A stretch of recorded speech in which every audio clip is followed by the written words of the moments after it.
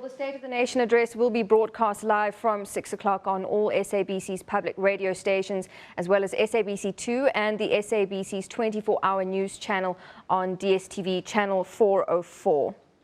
Well, our reporter Lukhanyo Calata is at Parliament ahead of SONA. Lukhanyo, probably one of the most difficult SONAs for the President tonight. What can we expect? Natasha, good afternoon. Yes, it may be perceived to be a difficult SONA for the President, but he doesn't necessarily share that view. Speaking to the SABC yesterday, the President was quite optimistic, saying that, look, he is going to deliver what is likely to be a very positive State of the Nation address. However, his optimism isn't shared by political parties, especially the opposition parties.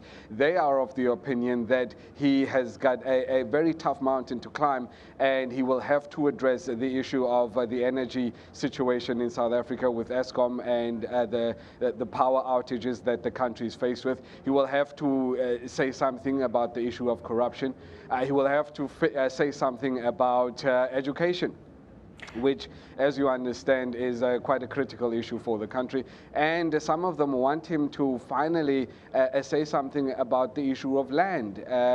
You know, the land was heavily debated in Parliament over the last 2 years. So opposition parties would like him to tackle those 4 key issues. And depending, obviously, on what he says and how he addresses those issues in his State of the Nation address, we'll hear from those political parties and the opposition parties what they make of it afterwards. Natasha?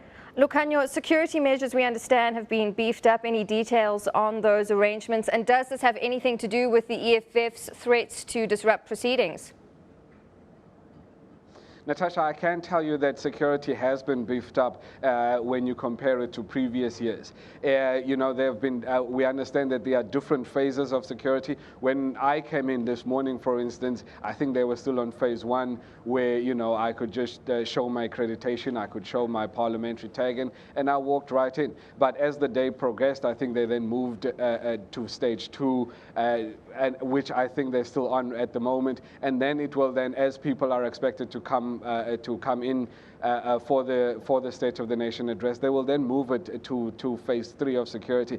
Whether or not the beefed up security has anything to do with the threat by the EFF to disrupt the President today, we don't know. The presiding officers in the weeks leading up to today have all said that, look, they haven't planned for any disruptions, but they are hoping that nothing of the kind takes place today.